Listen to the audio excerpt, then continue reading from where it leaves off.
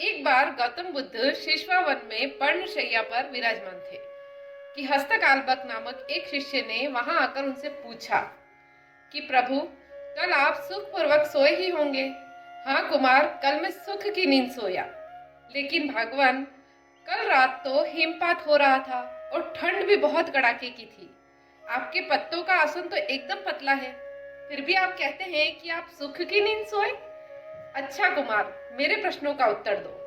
मान लो किसी गृहपति के पुत्र का कक्ष वायु रहित, यानी कि जहां पर हवा नहीं आती है, और बंद हो।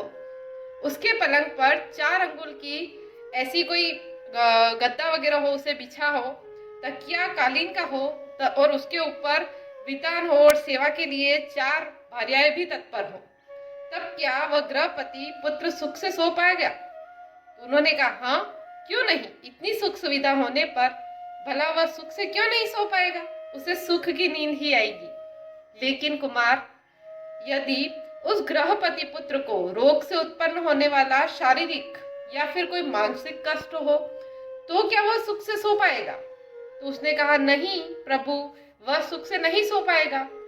और अगर उस गृहपति पुत्र को द्वेष या मोह से उत्पन्न शारीरिक या मानसिक कष्ट हो, तो क्या वह सुख से सो पाएगा? उन्होंने कहा, नहीं प्रभु, वह सुख से नहीं सो पाएगा। तो वो कहते हैं कि कुमार, इसी तरह राग, द्वेष और मोह से उत्पन्न होने वाली जलन जड़ मूल से नष्ट हो गई है। इसी कारण सुख की नींद आई थी।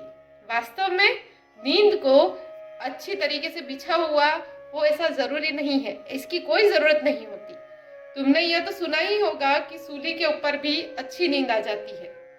सुखद नींद के लिए चित्त का शांत होना बहुत जरूरी है, और अगर सुखद आचरण हो तब तो बात ही क्या।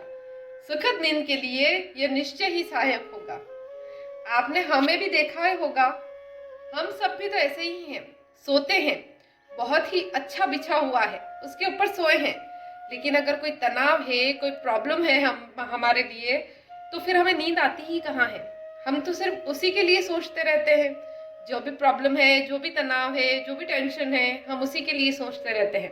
लेकिन आपने कभी किसी एक मजदूर को या ऐसे किसी को देखा है जो पूरे दिन के बहुत ज्यादा थके हुए हों, और फिर वो कहीं पर भी उन्हें सुला दो, अगर उन्हें पत्थर पड़े हों उनके ऊपर भी सुला देना, तो भी वो सो जाते हैं अच्छे से, क्योंकि उन्हें टेंशन नहीं है। उन्होंने पूरा दिन काम किया तो वो थक गए, तो उन्हें कहीं भी नींद आ गई। लेकिन अगर मखमल का भी हो तो भी नींद नहीं आ सकती।